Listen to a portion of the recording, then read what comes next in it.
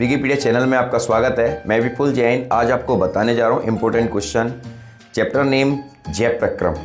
तो आइए देखते हैं विकिपीडिया चैनल के माध्यम से इम्पोर्टेंट प्रश्न, बहुविकल्पी, अति लघुत्तरी, लघुत्तरी और विस्तृत उत्तरी। देखते रहिए विकिपीडिया चैनल। जय श्री हिंद।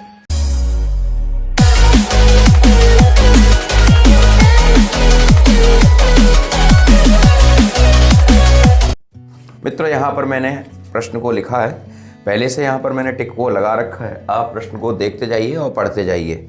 बहुविकल्पी प्रश्न है जो इम्पोर्टेंट है। यकृत स्त्रावित करता है, ठीक है।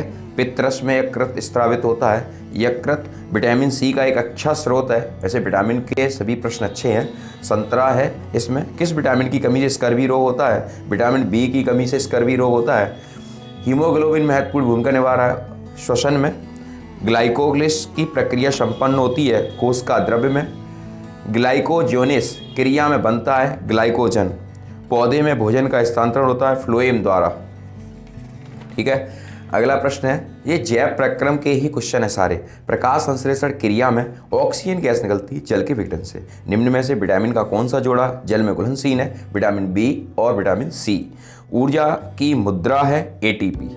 क्रमी रूप परिशेष का भाग है सीकम का। मनुष्य में दूध के दांतों की संख्या होती है 20, ठीक है। ये बच्चों में पाई जाती है। डिक्सन तथा जॉली का संबंध होता है रसारोहण से। कौन सी सिरा में शुद्ध रक्त प्रवाहित होता है? पल्मोनरी जो होती है उसमें शुद्ध रक्त प्रवाहित होता है। अगला प्रश्न देखिए, अति लघुत्तरी। अति लघुत्तरी प्रश्न को आप देख लीजिए, समझ लीजिए। रुधिर की कौन सी कोशिकाएं ऑक्सीजन में भाग लेती हैं? वसा का पाचन आहार नाल के किस भाग में होता है? NADP का पूरा नाम क्या होता है?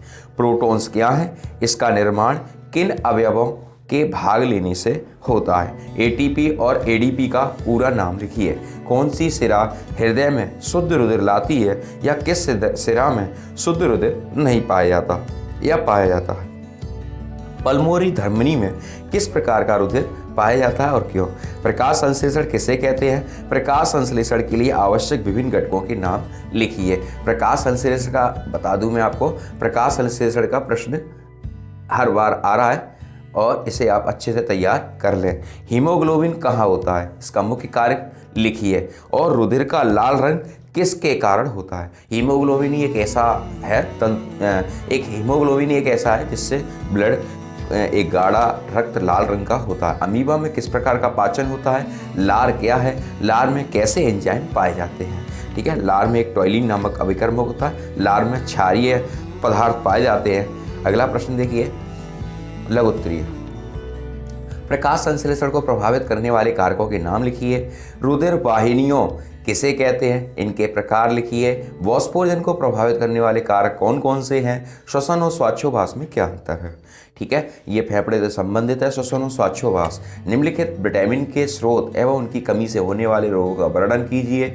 Vitamin A, B, C, D और या किन्हीं 4 विटामिन के नाम और स्रोत की कमी से होने वाले रंग लिखिए। वैसे मेरा कहना ये है, आप विटामिन के प्रत्येक क्वेश्चन को कर लें अच्छे से तैयार, क्योंकि विटामिन का क्वेश्चन हर बार रिपीट कर रहा है। उत्सर्जन प्रक्रिया का कौन सा तंत्र कार्य करता है? मनुष्य के उत्सर्जन तंत्र का नामांकित चित्र बनाइए। मूल रोमों द्वारा जल का अवशोषण किस प्रकार होता है? जड़ में जल के संवहन का एक स्वच्छ चित्र नामांकित करें। पौधों में जड़ों द्वारा जल के अवशोषण का स्वच्छ चित्र नामांकित चित्र बनाकर भी वर्णन करिए। प्रयोग द्वारा सिद्ध कीजिए प्रकाश संश्लेषण के प्रकाश में कार्बन डाइऑक्साइड क्यों आवश्यक है या आवश्यक है, इसका क्या महत्व है, स्पष्ट कीजिए। CO2 और क्लोरोफिल दोनों ही प्रकाश संश्लेषण के प्रश्न हैं, इसलिए आप इनको अच्छे से कर लें। धमनी और सिरा में प्रमुख अंतर कौन कौन से हैं? अगला प्रश्न की तरफ बढ़ते हैं। देखिए, दीर्घोत्तरी में जो क्वेश्चन है इस चैप्टर के माध्यम से वो देखिए यहाँ पर। पाचन से क्या तात्पर्य? पाचन क्या होता है, इससे क्या तात्पर्य है, या इनमें कौन कौन से पाचक रस भाग लेते हैं? पचे हुए भोजन को अवशोषण की क्रिया का वर्णन कीजिए। पाचन किसे कहते हैं? आमाशयी रस और अग्नाशयी रस में पाए जाने वाले एंजाइम की कार्य की समझाइए। मुख से लेकर आमाशय तक होने वाली पाचन क्रिया को प्रभावित करने वाले एंजाइमों के कार्यों का उल्लेख करो, ठीक है। मनुष्य के पाचन तंत्र का नामांकित चित्र बनाइए। वर्णन और इनके वर्णन की आवश्यकता नहीं है। लेकिन मैं ये कहता हूँ अगर मनुष्य के पाचन तंत्र आप बना रहे हो तो उसका एक एक वर्णन करो तो ज़्यादा बेटर है। बॉस्फोजन से आप क्या समझते हैं, इसका क्या महत्व है? बॉस्फोजन के 4 महत्व लिखिए। मनुष्य के वृक्क की आंतरिक संरचना का सचित्र वर्णन करिए।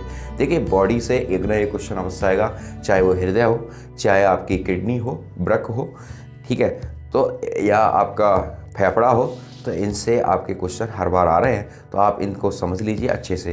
रंध्र का स्वच्छ नामांकित चित्र द्वार कोशिका का वर्णन कीजिए। ठीक है, नेक्स्ट लास्ट सवाल है इसके, देखिए यहाँ पर मनुष्य के हृदय की आंतरिक संरचना। मेरे हिसाब से सबसे इम्पोर्टेंट प्रश्न अगर है इस चैप्टर का तो मनुष्य के हृदय की आंतरिक संरचना की क्रियाविधि समझाइए। इसका चित्र भी बनाइए आप, इस मनुष्य के हृदय की आंतरिक संरचना स्वच्छ नामांकित चित्र बनाइए। देखिए दोनों क्वेश्चन है, चाहे चित्र भी बनाने को आ जाता है और कभी कभी चित्र और संरचना दोनों बनाने को दे देते हैं। फेफड़े के वायु कोष में कूपिकाओं की, वृक्क में वक्राणु की रचना तथा क्रियाविधि की तुलना कीजिए। जब भी फेफड़े का कोई भी प्रश्न आए तो आप श्वसन और श्वासोच्छ्वास के क्वेश्चन को भी आप कर सकते हैं। अगर आपकी कोई भी समस्या है प्रश्न को लेकर तो विकिपीडिया चैनल के माध्यम से अपनी समस्या को जरूर दें। ठीक है, देखते रहिए विकिपीडिया चैनल। जय जिनेंद्र, जय हिंद, जय भारत।